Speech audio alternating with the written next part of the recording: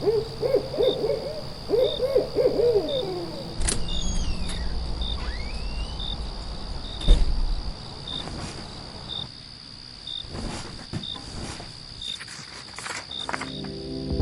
listeners, you're listening to the Midnight Readers podcast. Grab some tea, a midnight snack, and cuddle up in bed as we dive deep into today's popular fantasy, sci-fi, and mysteries. We're your hosts. I'm Lily. I'm Brittany. And I'm Christy. This season, we're stepping into 3 standalone worlds. Right now, we're diving into an epic fantasy about ambition, power, and the cost of breaking into a system that was never built for you. That's right, grab your spellograph. We're headed to Tyron. In a city where magic fuels progress and prestige determines worth, brilliance isn't enough. You have to fight for recognition and listen to this podcast. Welcome to a world of arcane research, political maneuvering, and the kind of ambition that doesn't just want a seat at the table, it wants to flip it over. In this episode, we'll be discussing Blood over Brighthaven, chapters 18 to 23, where Tamil, Kara, and Sciona decide to take control of their fate, make some bold moves, questionable choices, and face some dire consequences. Before we get into it, this is your warning for major spoilers ahead. This includes all 3 standalone novels we'll be covering this season and any fan discussions we find online. We're also avid fans of the Moss universe and might accidentally let spoilers slip for other popular romantasy book series as well. Sorry in advance. Like the books, this podcast is rated R, so be warned.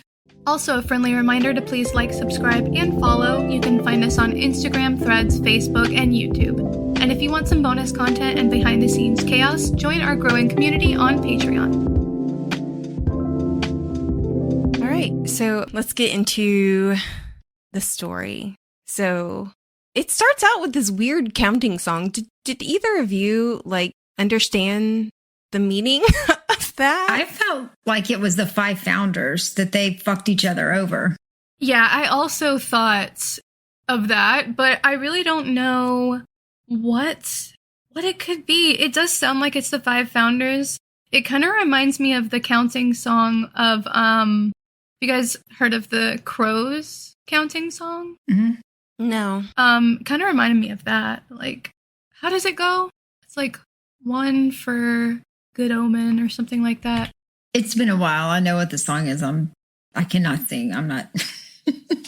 Sorry. It's a nursery rhyme. Mm-hmm. I can hear it in my head. I just can't. 1 for sorrow, 2 for mirth, 3 for a wedding, 4 for a birth, 5 for silver, 6 for gold, 7 a secret never told, 8 for a wish, 9 for a kiss, 10 a bird you must not miss, 11 for hope, 12 for health, 13 beware the devil himself.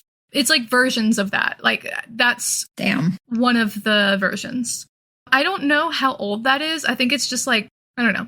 But I think there's different versions of that. Yeah, but the way it was done definitely made it sound like it was, I really felt like it was the 5 founders. It was some sort of song about their breakup and that Leon the loser was maybe the final one standing. It gave me Ring Around the Rosie vibes because we were all taught that as a kid, and then you become an adult and realize that it's about the Black Death. And you're like, what? But yeah, no, it gave me Ring Around the Rosie vibes. And I was just like, why is this? I don't understand. The sun set on 2 and rose on 1. 1 body sound, 1 decayed. Faith kept the dark at bay, at bay. I don't know. I feel like it's probably related to the story of Leon. If it is connected to the Tyron. The Tyranites, the Tyranians. I forget how I've already forgotten it again. The Tyranish. The Tyranish. But if it's connected to them, then perhaps it's the story of Leon, taking things from the Quinn and quote unquote banishing the darkness. But I'm really not sure. All right. Well, so I think it's, if I remember correctly, it starts off with Kara and Sciona breaking into the Magistry Center. Yeah. Kara is you want to stop breathing so weird? You're going to bring attention to us. She's like, can you chill? And she was funny. Oh, God. She was... The penis thing? Yes. She's like, is it a penis thing? She's like, I guess it is kind of a penis thing. Yeah. She could so be part of this podcast. At first, Sciona was like, it's because high mages like to be high or something. And Kara's like, no. It's a penis thing, yeah. And she's like, you Tyrannish have problems. Which, yeah, they do. Yeah. Which is hilarious. And so, like, I think it's funny because so many things in our world are phallic objects. Yeah. So many things are a bit of a penis thing. It's great. Yeah. No. But the moment we have something that represents can't ever say that word, femininity, then yeah, it's a problem. God forbid. But yeah, so they go up to these towers and it's where the spell for the reserve is kept. And I thought that they were going to sabotage it at first, but no, she just adds to the spell. Yeah. And we don't know what she's adding at first. I thought the description of this area was kind of crazy. It really like shows you how much magic they're taking at all times, how many lives they're taking at all times. Yeah. 200 siphoning barrels, each 3 times the height of a grown man. Yeah. Mm-hmm. Massive crazy. barrels. Yeah. Yeah, and I thought it was funny or not funny, but I don't know if this was kind of indicative of Siona's growth or just that Kara is just that amazing, is how much trust she puts in her. And I mean, she's really just taught her how to do all this, and yet she is trusting her with something so vitally important. And I really thought that was beautiful. Yeah. Mm-hmm. I think she, Tommel has taught her that her assumptions are definitely wrong about the Quinn's work ethic and how smart they are.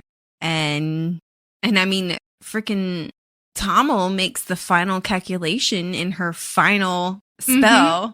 Yep. And she trusted him with that. In his head. Mm-hmm. In his head, yeah. Yep. I love that. He's the one that makes the final calculation. Yeah. And the city is divided into 40 different grids. 47. 47? 47. That's what I wrote down. I might have been wrong, but that's what I wrote down. Hold on. It says it's a 40 sector grid. Maybe I misheard then. I was like, surely not, unless there was a change. But yeah, but the 40 grid thing to me, when I was first reading this section, I was like, what do they mean they're going to put this spell in every grid? Because at the time, I put together that obviously they wanted to stick it to these guys, but at the time that I was reading it, I was thinking that they were going to kill the archmages. And that didn't end up being wrong. It just wasn't this spell. Yeah, I thought they were just going to kill off the reserve and let it die out. And yeah, I don't know, do something. But I did not I knew she was going to expose the truth to the public, but I didn't expect her to do it the way she did it. Yeah. I also thought that they were going to break the reserve barrels or something. Yeah. But I guess that wouldn't actually fix the problem. It would just take out the resource, and then high mages could just rebuild it. Yeah. While Kara is putting these spells in these spellographs, Sciona also sneaks into the Archmage Supreme's office and steals some spells and goes through his stuff. Okay, I'm sorry. So Archmage Supreme, he sounds like a Burger King burger. Yeah.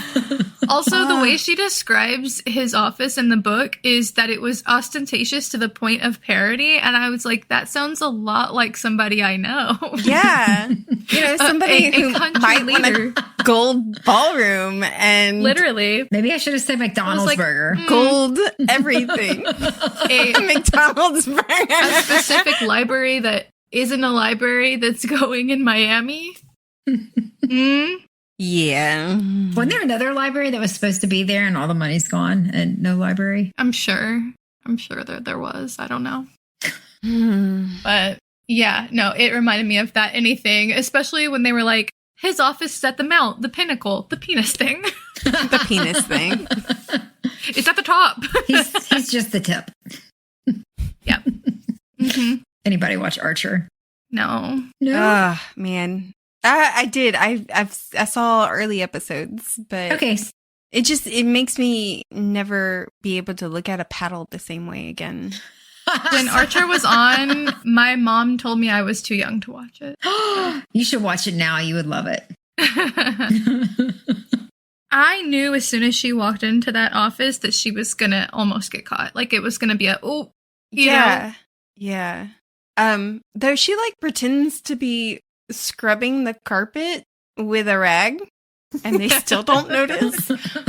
But she does overhear something, and I was a little disappointed why this was added in when it's not really explained later, where they were talking about they were going to expand the siphoning zones, like past the ocean, which they had never even seen. Yeah. Like, I was wondering that as well. I asked the question, what is Gamwin suggesting with his negative numbers? Because there's a quote where he's trying to convince Archmage Orenhel. Is that how you say his name? I think Orenhel? So, yeah. He's trying to convince him to consider the work that he's done, which you could assume is like a passing comment. But if it's not, I mean, he says something about using negative numbers, which Orenhel doesn't want to agree to. What it sounded like to me was that he was trying to make a point of starting to kill Quinn inside the circle. He didn't say Quinn, but he said negative numbers, which makes me think, where would negative numbers be? If you look at it on a math grid, like I'm thinking calculus, it would be wherever 0, 0 is. If 0, 0 is the center where the Magistry is. Well, we don't actually know that. Right. Because it was a number 1 through 1 through like 3,000 or something. So there was not even a 0 on her list. So, and in the center of that, of the 1 to 3,000, that's where Tehran is. So negative numbers, I guess, would be the farthest reach of where they think is past that. But I don't know. Yeah, no, I questioned what that scene is for. I know we're supposed to have a moment of like tension where she almost gets caught, but I was like, what is this? Does this mean anything? Is it meaningless? Like, what is he trying to propose? Does it have anything? Now, I will say, like, there are some things in this book that I think there are like meaningless, like little tidbits. Like the Paramus thing to me about her father being there at the end, to me, felt like it didn't really do anything for the story. It didn't. Maybe but I'm wrong. I mean, it gave me a quick thrill, but as I was saying, I don't think he suffered enough. He could have been dead, and it wouldn't have bothered me at all. Like, for me, it wouldn't have changed anything about her character, or I don't know. Maybe I'm wrong about that, but I just wonder why she included.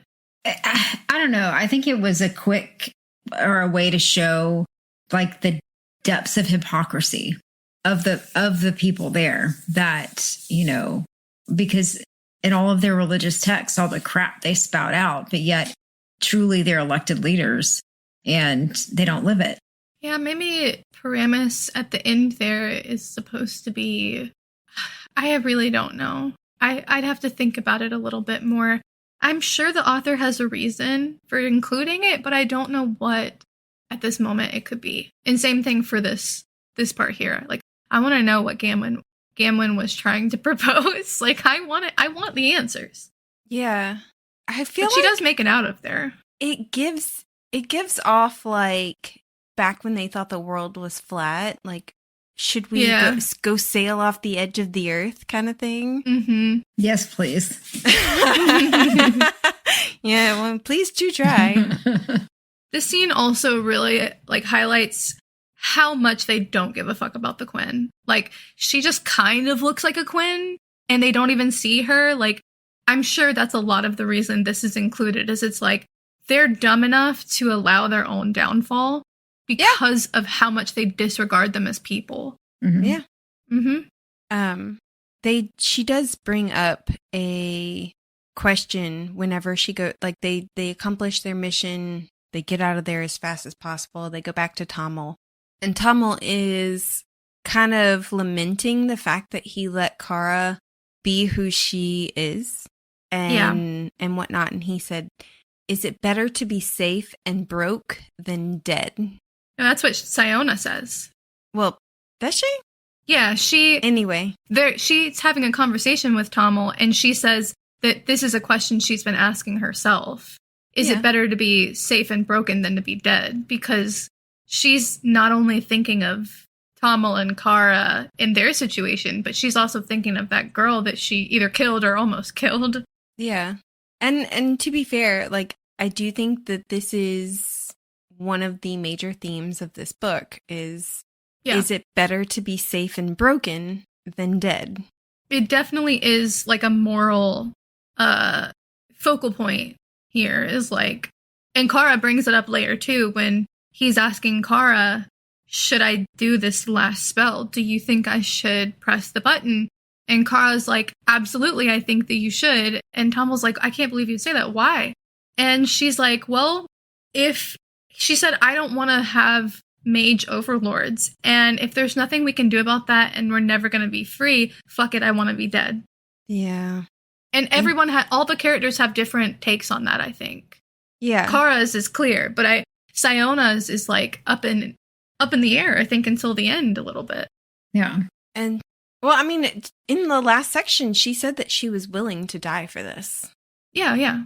We also do find out that the lady that Tommel was seeing, the reason that it didn't work out is because she wanted a child and he didn't.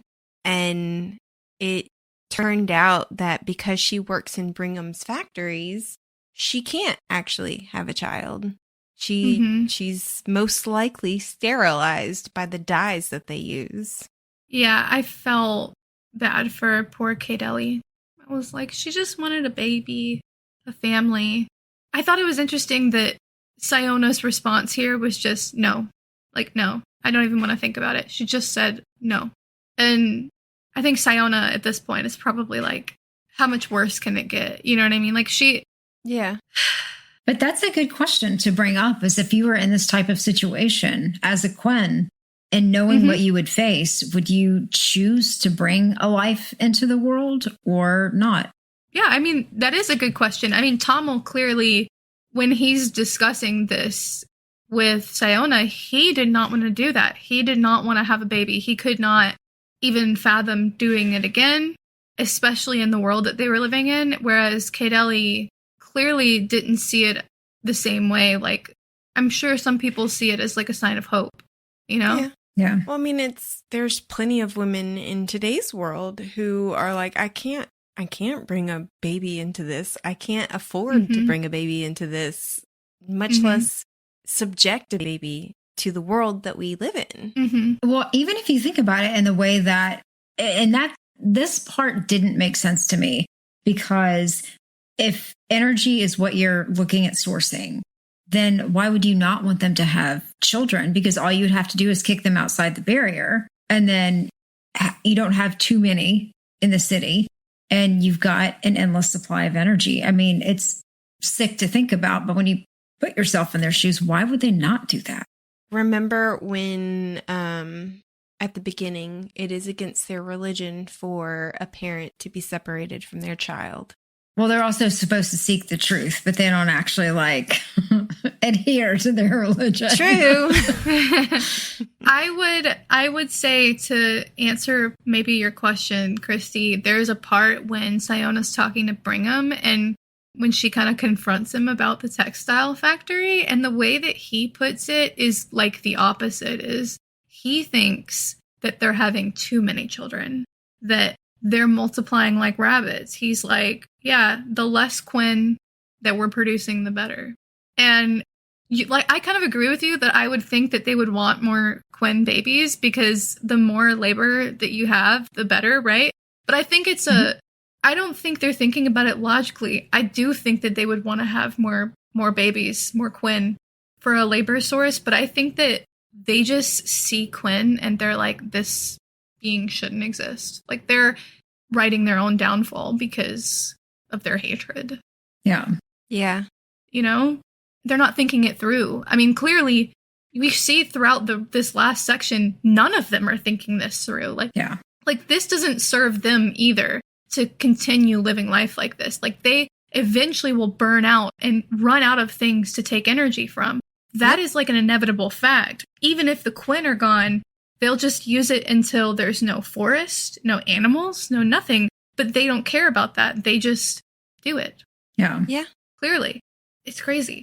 I do love that, because I felt this so much when Sciona was thinking. She was like, if more men were like you, I probably wouldn't be so vehemently opposed to them. Yeah. I was like, yes. I feel that.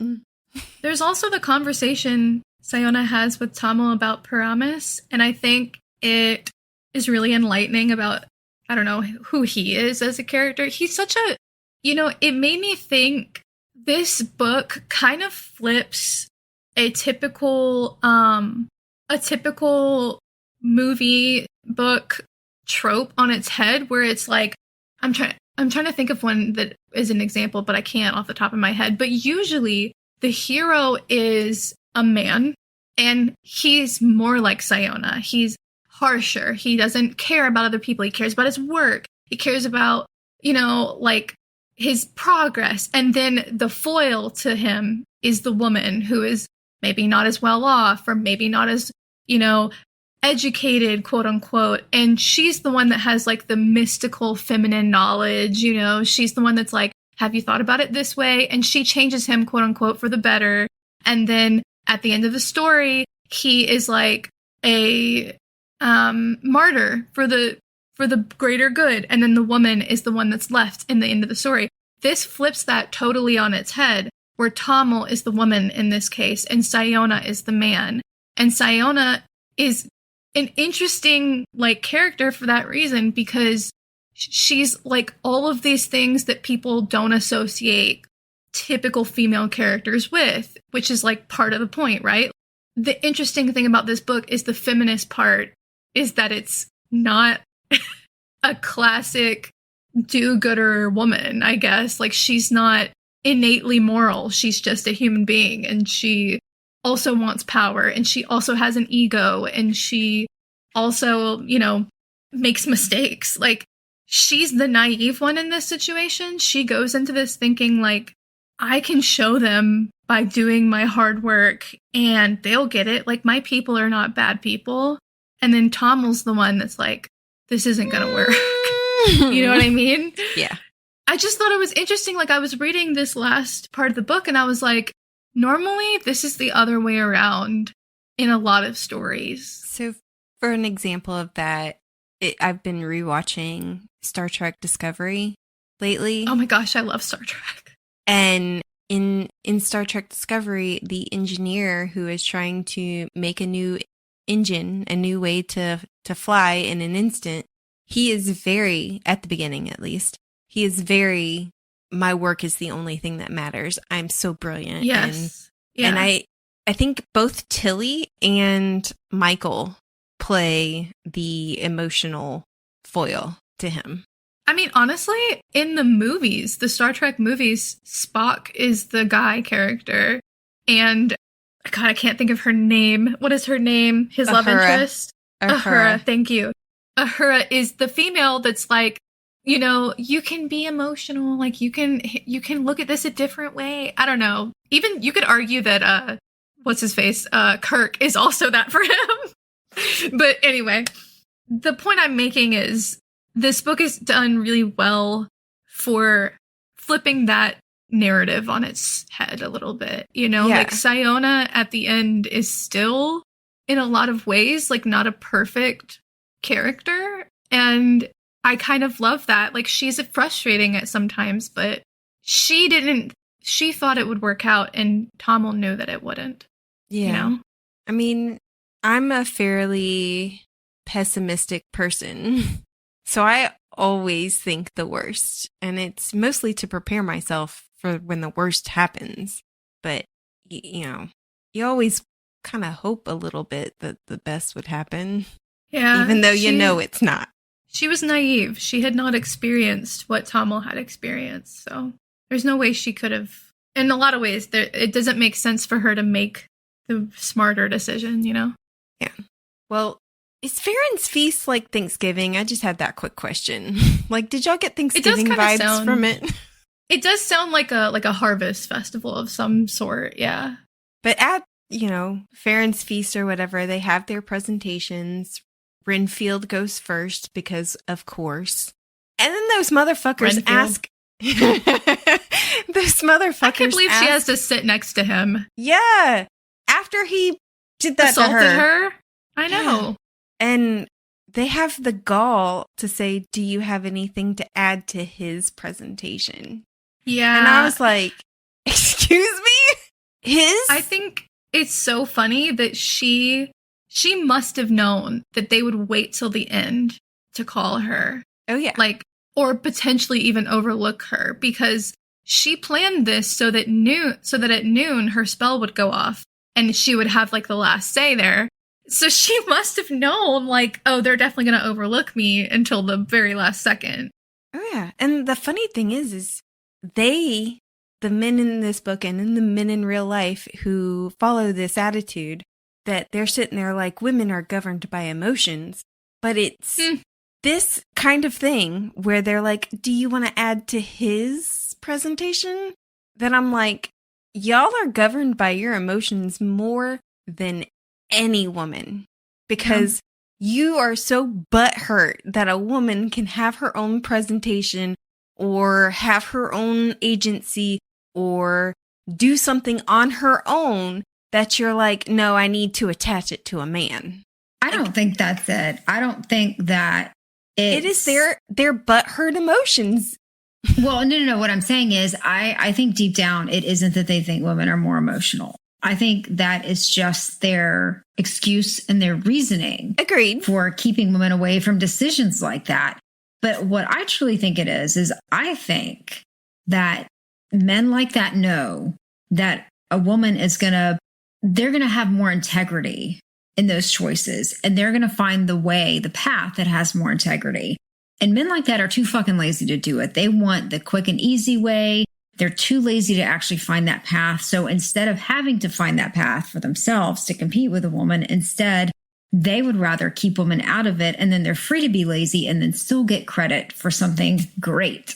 I mean, I agree with you, but I'm not saying that they're trying to say that because we're emotionalists or whatever. I'm just saying, I feel like men who do this are more emotional and more driven by their emotions, especially since women are being told all the time that they are driven by their emotions. So we learn to control ours, that they are controlled by their emotions. Mm-hmm. And we just want to strangle them. Well, I think that's the case again with men like that, with people like that, not just men, but people like that. I think it's a mirror. I think whatever they accuse somebody else of is actually what they are. Yeah. Projection. Yeah. I mean, look at what Renthorn says to her when she's sitting right there next to him. He calls her a little slut for punching him in the face. It's like, is she sitting there calling you names while, you know what I mean? You tried to attack her. It's like your immediate reaction was to be super over the top, emotional, react to her instead of ignore her or allow her to have her moment or whatever. No, you had to react. It's called jealousy. The fact that she can literally sit next to him and not strangle him. It's proof positive that women are not driven by their emotions. We feel them and we are informed by them. But we don't necessarily supposedly make all of our decisions based on them. I just think it's so funny that they assumed she would have nothing to offer. When they saw what she could do, they are so in their fucking head about, they're so up their asses about what they think is right and not right that they're ignoring her possibilities. Like, she could have been a great mage. I'm just saying, actually, she is a great mage. And they know that. Yeah. So it's like, why? Well, yeah, but that's why for Leon, that is why the fuck from the beginning, he ended up cutting women out, because women were the ones that led that type of magic before. And he knew he was too much of a fucking loser to compete with them. Therefore, the only way for him to look like he could do anything was to cut out the ones that could actually beat his ass. And that would be the women. Yeah, it's a form of control. Mm-hmm. Yeah. And that's why, controversial take, that's why the religion part is important, is because then you have to indoctrinate generations of people who think the same way. Yeah. Yeah. And then they have a reason to think that, you know? Yeah. And going from the women are too emotional at the beginning of this chapter to her exposing to everybody what the other world is. And the archmages responding with, the Quinn are not people like you and me. Excuse me? Well, that's true. They are people like you and me because they have more integrity than you. They're better. Yeah, they're better than you. Yeah. But you're correct, sir. I thought their response when she was like, how are you gonna respond to this blatant lie? What are you gonna say? What do you gotta say to that? And he was like, I see your pain, my child. I understand your confusion. It's so pedantic. It's so over the top, religious, priestly, mansplaining. It's so intentional the way it's written, because it's like, oh my God, this is so infuriating to read. Absolutely. But her responses were awesome. And you would have to think at this point that Brigham would be shitting his pants. Yeah. She did such a good job with her lead up to this, because when she's like, wait, she was like, just give it a second. My spell is about to, she's like, wait. One moment. And he's like, what do you mean? Wait, what are you doing? Yeah. And we're holding. What do you mean? What do you mean? Sciona, what did you do? What did you do? He's the first one that's like, wait, Sciona, what are you about to do? Everyone else is still somehow underestimating her, but Brigham is like, no, what's happening? Oh no. Renthorn is like, let her do it. Oh my God, this is great. That guy is fucking nuts. He is really nuts. Psychopath. Absolutely. Uh-huh. When she's like, behold, God's work. I was just living. She's such a character, you know? She really went in there and did that shit. Yeah. Although I did think one relatable part was when they end up taking her away and she looks back and she still wants Brigham's support. Yes. So realistic. I mean, it is. It's hard to let go of those things. It gets easier over time, but especially when they start showing who they truly are, which is what she had to do at his house. Mm-hmm. But yeah, once we get to his house, the conversation she has with Brigham later at his house, which is my least favorite chapter because I'm left with a lot of complicated feelings there, but her feelings for who Brigham is as like a parental figure are very relatable to me, you know, as like her wanting him to be proud of her and also being ashamed of that, but also like wanting him to take responsibility for the things that he's done and accountability for the things he's done, while also wanting to feel like he's proud of her, you know, like she has all these conflicting emotions that are so realistic and painful to read. Brigham for her was such a mentor that she wants that validation from him, but she knows that the person that he really is not a good person. So it's like, why would you want validation from that? It's hard for Sciona. But it's very realistic. Yeah, in my opinion. Absolutely relatable. Very relatable. It's so well written because I left that, chapter feeling like, oh, that hurt my heart a lot. And it's confusing because that chapter is from her perspective. And we've kind of learned throughout this book, sometimes her perspective is not like always reliable. I don't know. Like her feelings on things don't always equal the answers, right? They don't, but I think she hit it pretty dead on with that chapter, in that she realized at some point that his interest in her was his own salvation and his own being able to, it's all about him, be a good person. Yeah I agree. After she's arrested, the opening to the next chapter was fuck you, Alba. Mages who can't kill can't protect life. And I was like, again with the paradoxal dumbassery. Okay. Oxymoron statement. Yeah. God. Like, I think that's really ironic that you have to be able to kill to save a life. Yeah. Tell that to all the doctors out there. His text needs to read like Leon the Loser's Guide to Dumbassery, because, I mean, God, what fucking moron started listening to this dipshit to begin with? How a wall went, never mind. I don't know. I did feel bad for making light of it, but in the notes, I could not help but when I was like rereading the little parts that I highlighted, when she's out on the street and she's seeing everybody freaking out because they're seeing the Freynin mirrors over everything that uses magic. And a couple of people said, hell is upon us. Hell is upon us in the streets. And I was like, dogs and cats living together, mass hysteria. It's like the Ghostbusters. That's one of my favorite Ghostbusters lines. Hell is not only upon you, it's been hidden there the whole time. Well, and then Duras and Brigham breaking her out. And I'm sorry. So it may be my mind coming up with something again, but the way that it was described, I was picturing his car as Cinderella's stagecoach without horses. That's not what I saw. You know what I saw? A Cybertruck. A Cybertruck! Well, then we saw the same thing. Close enough. I also saw a Cybertruck because I was like, this fucking dork. I was like, it's probably the ugliest piece of shit ever. I pictured like the gilded twirly things and this little moron like driving the front of this very frilly thing. Yeah. I wanted it to break down in the middle of the street. When Duras says something about like, this is the most technologically innovative thing you'll ever see, you miserable little traitor.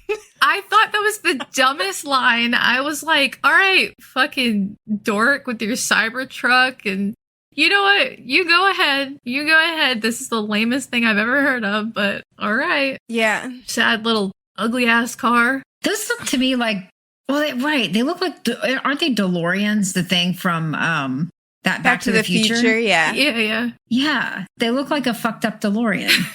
Like, it's something a kid would have like made over the weekend. Oh man. I was like, a cardboard car. A Cybertruck? Yep. Yeah. That was funny to me. I was just like, break down.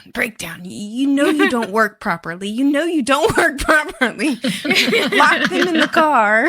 They can't get out. You just know he looks so dumb driving around in that thing. I'm sorry. Oh, yeah. Oh, man. Like, no. I will say, reading chapter 20 was difficult for me. And so I immediately was like, Christy, you're going to have problems with this chapter. I appreciated the heads up very much. I did skip over quite a bit. Yeah, I'm glad that you did. Because I was like texting Brittany, like, did we like actually tell her what to avoid? Because I was like, this isn't a good idea for Christy. The images that put in my head. Let's discuss that scene with Alba when she's in jail. Let's discuss that. Let's break it apart a little bit. Alba had been... Bitch. Alba had been so supportive of her the entire book. Winnie too. And they saw her mental breakdown over this. Yeah. And for her to respond the way that she did, it's very hard to read. Yes. Yeah. I was so angry, so betrayed. It does make me, I don't know, I felt so conflicted. I kind of understand why Alba's upset, but I don't agree with the way she reacted, you know? Like, I do understand that she's upset that her life has been turned upside down, right? But yeah, I don't understand taking it out on Sciona when she didn't even let Sciona, she didn't hear her out at all. She didn't ask her about it. She made an assumption that Sciona did this, you know, with ill intent, I guess. Now, would that matter? I will still say, what? Would that matter? I mean, whether it was ill intent or not, to find out that that's what your magic causes, it's misplaced anger, because when you think you're a good person and you find out that actually no, you have been doing these horrible, horrible things. It's a kill the messenger kind of moment here. And I was thinking what I was trying to say was that her work had been destroyed, like probably Winnie's house has been destroyed, stuff like that. That too. Sciona didn't do that intentionally. Like, Sciona didn't think it through. And that Alba is assuming that she did it intentionally. Like, she knew this would happen and that she didn't care. I guess to me, though... And I think that does make a difference. I still think that, honestly, if you find out that how you do just your basic things every day causes that destruction, and the first thing you think of is your stuff and how your life is impacted, and I don't know, I think she's just as bad as the Archmages, because she doesn't care. She would gladly send the Quinn to be, you know, tortured in order to be able to turn her fucking water on with magic. And so I hated her so much in this moment. Well, I think I agree with you. I agree with you on that. I think that my mind is going to, not understand, but like, I see why Alba, I think she was holding in something for a while, because Sciona didn't care about them. Like, Sciona was callous. She didn't care about Ansel. She didn't care about Winnie or Alba or anything in the beginning. She learned those things and she grew, but Alba doesn't see any of that. And so like, my thought was, I don't necessarily agree with what she did, but I'm saying that she was so ready to be mad at Sciona. You know what I mean? Like, she was, it was almost like it didn't matter. Like, it could have been one push and she was ready to go off on her. I agree. I do agree, though, with your thought that this is really what you're worried about. But that also makes sense. Like, I also felt the same way, like both of you, where, yes, I did feel like Alba was feeling unappreciated and this was the final straw, that she just finally lost it. I've been there. Yeah. And then I also feel like, you know, she's been shown that she is causing destruction, and all she can think is, oh, I have so little. And she says this, I earned what I got. Yeah. And it's displaced anger as well, because she can't be mad at herself. I mean, she can be, but she can't be mad at herself, and she can't take her anger out on herself, and she can't take her anger out on the mages and society and how society has made her a murderer. But she can, like, here's Sciona right in front of me. I can take my anger out on her and blame her for everything. Yeah. And I don't know. I think that my mind kept going to Sciona as a character is so interesting to me, because she had been that callous and she had been, you know, neglectful of people that loved her. And I don't necessarily think that it should have ended this way, but it does make me wonder, what if it didn't, even if she had not used this spell and like revealed to people what was going on in the way that she did, how would Alba and Winnie have reacted to her if she just decided to talk to them? And it wouldn't have been good, right? Like, it just makes me wonder about that part of Sciona. I don't know. I don't know what else I'm saying, but yeah. I mean, that's what my mind is on. I think they would have reacted in a way of simply saying we can't that, oh, it's too bad. That's really upsetting, but that's just the way it goes. And, I just keep quiet about it. Don't rock the boat, I think is how they would have reacted. I think also for Sciona, she had to witness that girl dying for her to truly believe that that's what she was doing. So I think for a lot of people, you need that.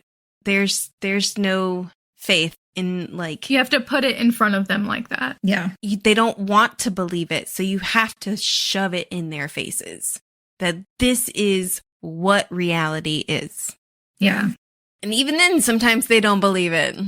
I just hate it's just an illusion. Fake news. I hate for Sciona that she felt that the people that loved her, though, had kind of turned on her, Yeah. I mean, But she had a new family, though. I wouldn't go that far. I think that Tamil and Kara specifically didn't want to go that far with her because they knew how much it would hurt. They knew that this couldn't end well.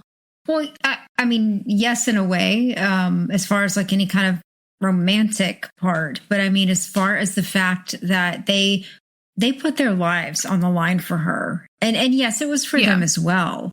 But they were willing to put their trust in her as well, even though it could mean death for them. And so, I felt like they really earned the title of family in that way. Not necessarily like a romantic, she's the mommy part of it, but as a family. Well, I didn't mean it that way either. But it's like, but yeah. I feel like the three of us, I consider y'all my family. I also consider my family, even though they say things very much the way Alba betrayed Sciona on a regular basis. I consider y'all my family too. I just mean that there was like there were multiple scenes where Tamil specifically made decisions not to attach himself. You know what I mean? I don't know. I don't think that doesn't mean that he doesn't love her, because he does, but I think Tamil cared about her, but I don't know if I would go so far as to say that they became a found family. Yeah, that was my thought. Well, in my mind and in the book I read, they became in the book I read. I'm sorry, I'm not trying to be a party pooper. Not at all. It was her, like, they were enemies, basically, who ended up working together. And if they had more time, they might have become family. Yes. But they weren't at that stage yet. I agree. I feel the same. Even with the cute little kiss. Yes, I loved the kiss. But I think it's kind of important that it ended the way that it did, because I think that ultimately Sciona's story and Tamil's story are parallel stories that had to come together at some point, and that they had to end the way they did. Like, I don't think it should have ended a different way. Like, I don't want them like together or whatever at the end, or even like a found family at the end. I think that the things that Sciona did that hurt Tamil, I think, are much harder to forgive than, you know what I mean? Like, it would take a long time, I think, for that to make sense. So I'm surprised to hear that you liked the kiss, because when I read that part, because you had said at one point before you would be really upset if they put them as like romantic interests in the book. And so I kind of thought you might not like that part. I think I was worried it was going to go a different direction. Not necessarily that they would share a moment, because I liked that there was a shared moment, but I was worried that it would take away from the important parts of the book, and that's not what happened. So I felt like it was a good addition. Like, they have a shared moment, and it's a nice thing between them, but it doesn't take away from the story for me. Okay. I was really worried that it would. Like, I didn't want it to end on a a kiss and a sunset, if that makes sense. I felt like that would be cheap. Yeah. It's not a happy ending kind of book. No. Yeah. For nobody. Yeah. It's not and they lived happily ever after. Sorry, I feel like I'm rambling a lot tonight. I had so many feelings for this book. Yeah. Well, moving past her being in the jail that I told you I've been watching Star Trek.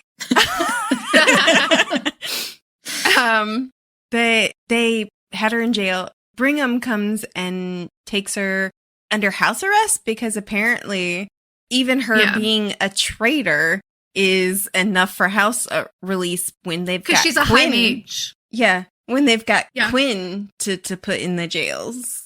Yeah, their priorities are not normal. Right. Okay. No. I felt like this part was more as a vehicle to get Brigham's actual, like his take on it and his part of it versus an actual necessity in the story.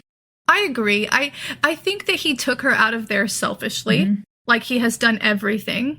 Well, he's got plans to try to convince her to be like, yeah, I'm sorry, my bad. Yep. But I agree with you, Christy. I do think it's partially a vehicle to like get them to sit down and have a discussion about all the feelings she has for him as a mentor and a parent and like whatnot. Yeah. I will admit I had like panic like leading up to this. Like when he takes her out of the jail, I was like, if this is about to get weird, I'm going to be so mad. Like, I can't remember if you guys said it or if Rachel said it because she was reading the book too. But somebody mentioned that they thought maybe Brigham could be like in love with Sciona or something. And I was like, not us. Fuck that. Fuck that. He's too in love with himself. But I think it showed us kind of who he was. And that was the intention of that storyline, was so that we could see more of him in his element in his house. To get his excuses. And just, yeah. Yeah. It's interesting that his house is vacant, just like he is on the inside. It's like, well, this chapter starts off with children are your legacy, and he's notoriously childless. Yeah. And yeah. He's not married. He has no children. That also kills me for people who have like these giant mansions of a house and they live alone. Like, do you really need all that space? Well, not just, I remember when I was growing up, there was a section where I lived of these huge houses, right? Where the really rich lived. And you would have people that were so desperate to look rich that they would buy these homes, and that's all they would have money for, was just to pay that. And they would literally be like almost empty inside because they couldn't afford anything else. And just they needed to show or to look like they had that kind of money. And you're just like, and I feel like he's that way, but in a sense of kind of integrity and just a humanness that he has to pretend that he has that. Yeah. See, if I won like the lottery or whatever, I would still live in the same probably size house that I do, because I would just have like a live-in person with me or something like that who can wake me up out of comas. I used to think that I wanted a big house. I don't necessarily think I want that now, but you know what I do want is a lot of land, because I don't want anybody close to me. Exactly. Like, just enough land that it's like I got a border around me. Considering that like an island. You're constantly like, I hear my neighbors. Oh my God. I'm really tired of the apartment life, if you can't tell. I think I want a tiny house with a surrounding patio, of course, but I want a tiny home. Yeah. I wouldn't mind a house that had like a room for library, a room for crafting, a bathroom, a kitchen, and a bedroom. Like, that's really all I need. But anyway, so do we have anything else to say about Brigham and his little, like, she pushes him to the edge to the point where he hits her unconscious. Yeah. Should we discuss the fact that he has a staff and he's using it on innocent Quinn? I mean, are we surprised? Yeah. We haven't discussed the use of the staff yet. No, I'm not surprised. It's it's literally like excessive force. Mm-hmm. Yeah. To an extreme. Do you think he enjoys it? Oh, yeah. I think he tells himself that he doesn't. Yeah, that he's doing the right thing and that he has to do it. But I don't think he cares. It's kind of like when Sciona asks him, like, why didn't you tell me about the textiles? Like, what was going on in there? And he was like, to be honest, Sciona, I didn't think you would care. Yeah. Because I don't. Ouch. Because he doesn't. Mm-hmm. Yeah, and I don't blame him for thinking that of her, but like, damn. Yeah. And he's like, no, we don't want to execute a young woman, but we will. Yeah, so right? You need to apologize. He's like, you're going to go in there and grovel, right? And she's like, no. Yeah.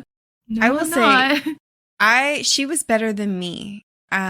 He asked if she wants to write a last letter to her family, and she does. But I was like, why would, right? Like, after they treated her that way, I don't know if I would.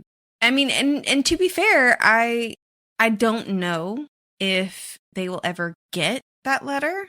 It could just have been, that was my thought. I was actually worried that he was asking for that to bring up information later at the trial.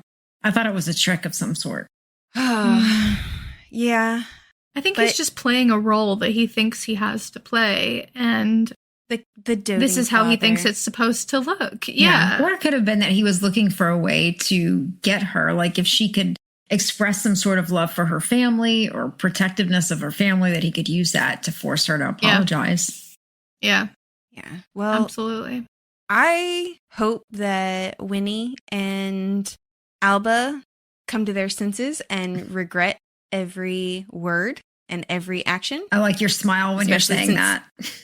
They can't take it back. I hope they suffer a little bit. Yeah. Yeah. And I hope they suffer a lot if they don't.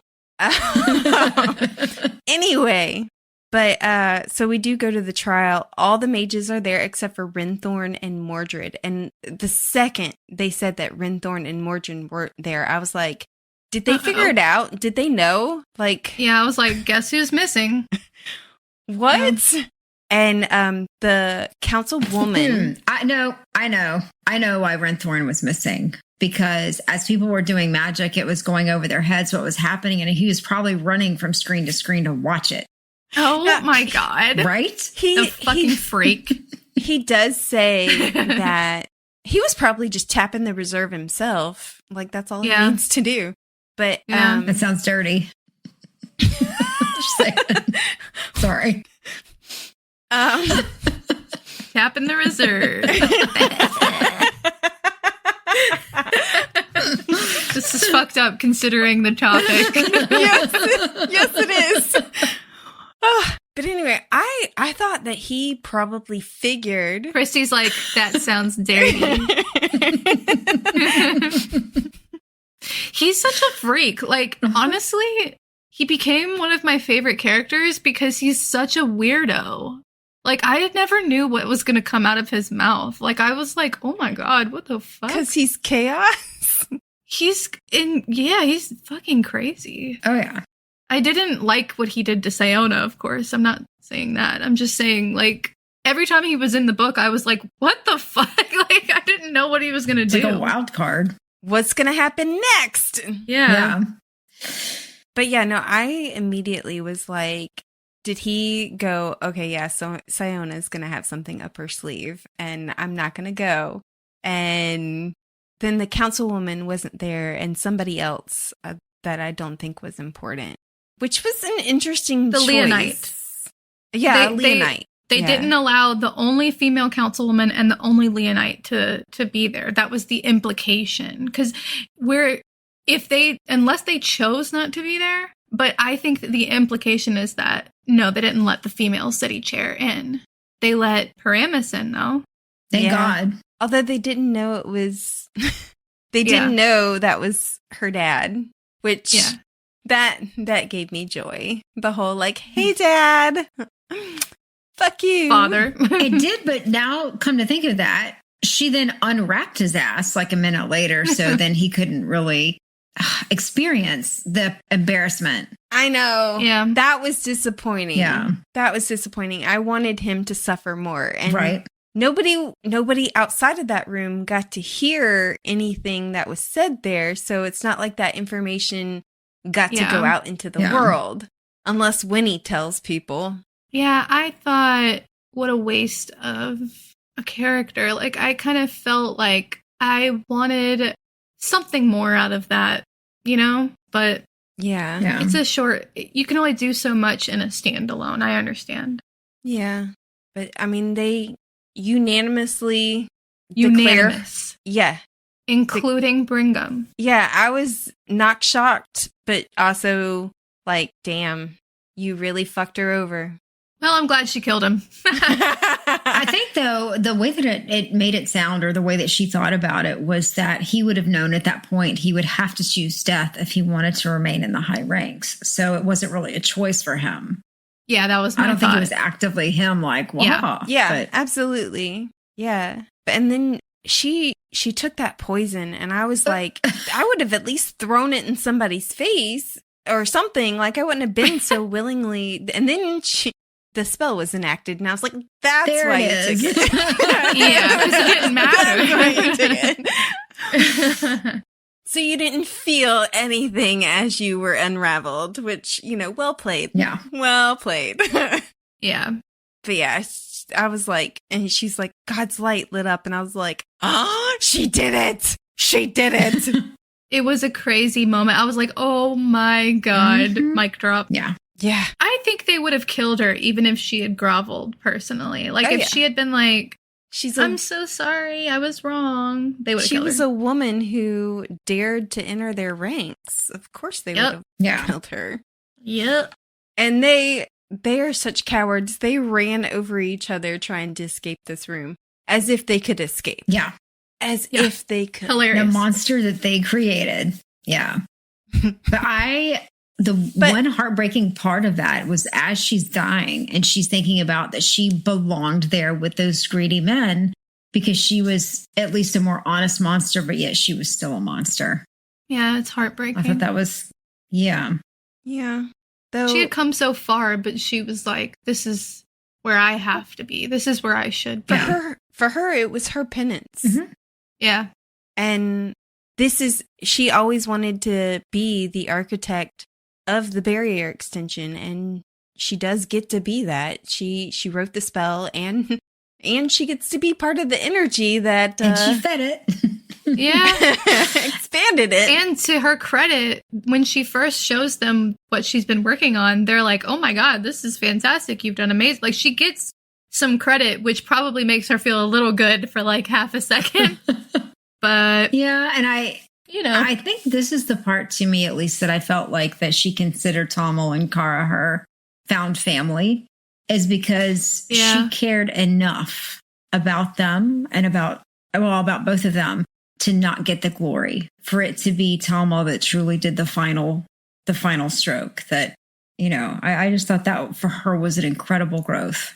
Yeah, there's a moment between them that he reflects upon in the next chapter when he's thinking about what she said, and it's that she cares more about him and his soul, like what he feels comfortable with doing in the end, than she cares about her work. Yeah.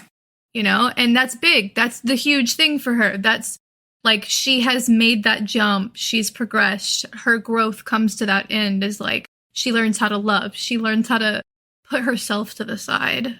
Yeah. And it's like the closest she'll get to an I love you. Mm-hmm. Yeah.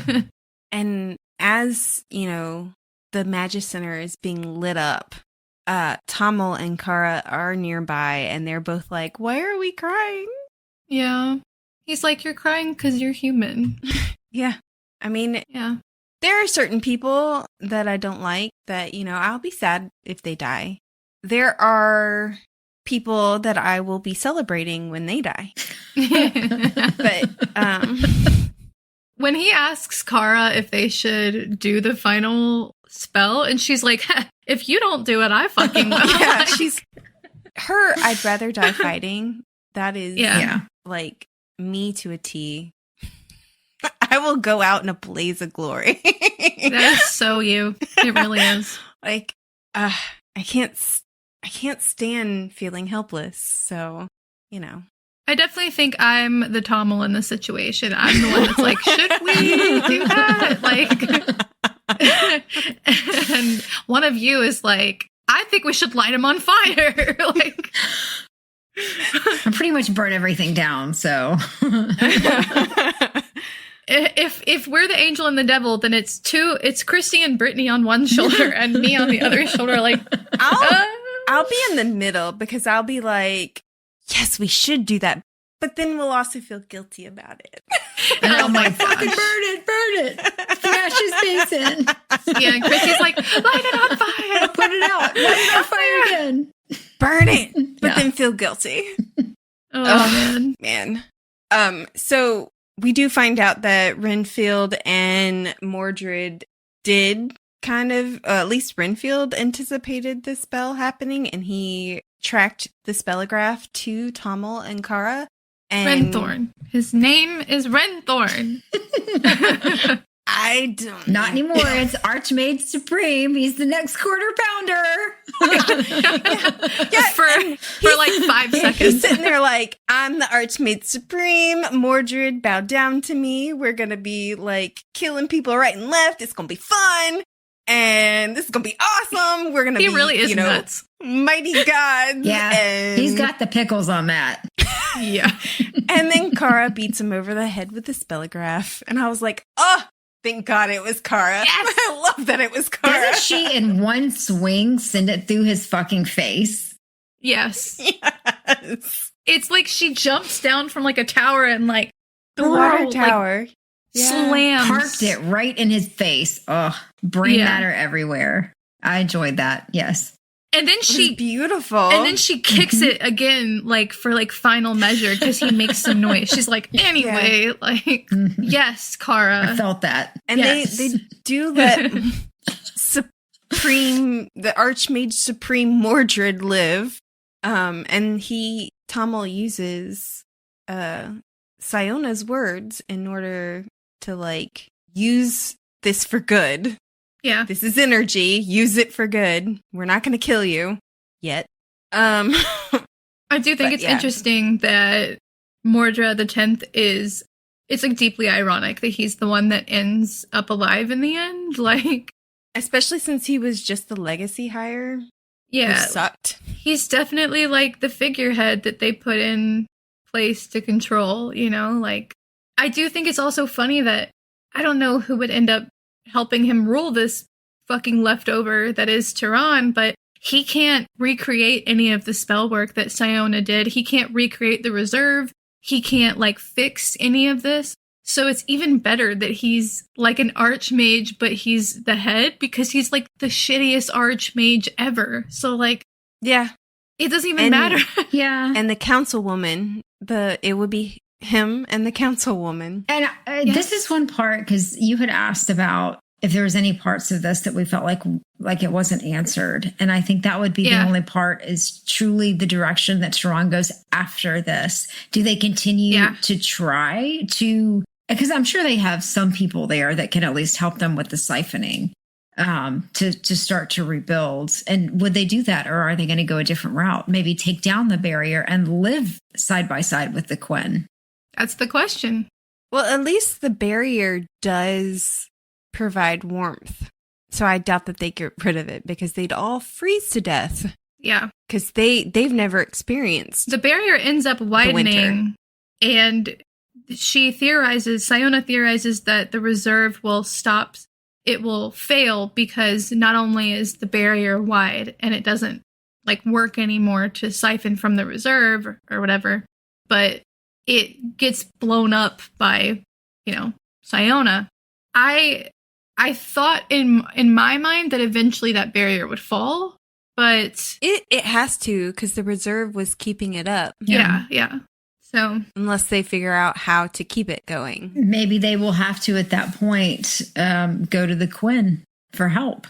Yeah, I don't know. Yeah, good luck with that. Yeah. Although honestly, I truly feel like the Quen would probably help them. They're better than them. They probably would. Yeah. I wouldn't either, but they would. They're better than me. Far better. I do like that it ends on this really hopeful note? Yeah, it's like it's very bittersweet. It's like heartbreaking and hopeful. It's like watching Tamil and Kara leave the city with all these other Quinn. They're like joining them as they go, and they have to fight their way out because there's still barrier guards and Tiranish that are guarding the non-existent barrier. Which is dumb to me, because don't they want them out anyway? Why stop them from leaving? I don't know. But yeah, I don't know. Control, just the fact of control. But Kara... And punishment. Yeah. But like when Kara picks up that lady's baby because she gets shot, Kara ends up becoming like what Tamil became for her. And it's like the cycle restarts. And so you have to wonder, like, is this a good thing? You know what I mean? Like, is what's coming next hopeful, or is it going to be the same thing? Like, are we going to end up back where we were? I think it makes sense to me that it ends this way because the way that the world is set up, there's no way it could have ended in a way that solved everything, if that makes sense. It does. But I think, to me, one of the most beautiful pieces of the entire book was when they're leaving and Tamil says, I never shared her optimism, but in her honor this once, I'm going to try. And I thought that was just so beautiful. And I don't know, I guess there is that little bit of hope there. It does have a hopeful note. He says they are running towards hope. Yeah. Yeah. But it is a very cyclic story where you start this off with them running towards Tehran. And now they're running away from it. Yeah. I need another book. It's very, I know. And I feel like I want a book about the Quinn. Like, yes. I need a book about the Quinn, but will that, I don't know. I understand why it's a standalone, I guess. Yeah. It's like The Giver. It reminds me a lot of the ending of The Giver. It also has this like open ending. You don't know what happens to the main characters. You know what I mean? You're like, what happened? Are you talking about the end of the series or the end of the book? Because The Giver is technically not a series. It's 4 books that are in the same universe. I mean, that's kind of like Mate and Bride. It's still technically a series. I disagree. I've read all of the books, and the original book of The Giver was written as a standalone, and it was like that for a long time. She wrote 3 other books that are intended to be in the same world, and one of them does indicate the ending of The Giver in some ways, but she intended for The Giver to be a standalone, so I don't really know if I would say it's a series. Anyway, do we have anything else to add? No. I do want to say real quick, when she's in the Archmaid Supreme's office. The quarter pounders. Cleaning. Yeah. The fact that they're talking about, remember when everybody thought the world was going to end when the millennium turned? And I was like, oh, they had a Y2K too. Oh my God. I missed that. I completely missed that. I thought that was a cute, like, little Easter egg in there. I was like, love that. For those of us who lived that. All right, I guess we'll end there for your sanity and ours, because that was a hell of a read. Yeah. Yeah. Yeah. So next week, we've got an episode of Off the Shelf coming everyone's way. So we're going to have a little bit of a break. And then we're going to dive into If We Were Villains by M.L. Rio, starting with Act 1. So new episodes drop each week, and don't forget to check out last season's discussion on the Bride duology, available now. Please remember to like, subscribe, and follow us on social media. The like and follow are super important for us to continue to bring you new episodes each week, so please, please, please do so. You can also support us by joining us on Patreon. Thank you for listening to the Midnight Readers podcast. We'll see you next week. Happy reading, listeners. Don't stay up too late.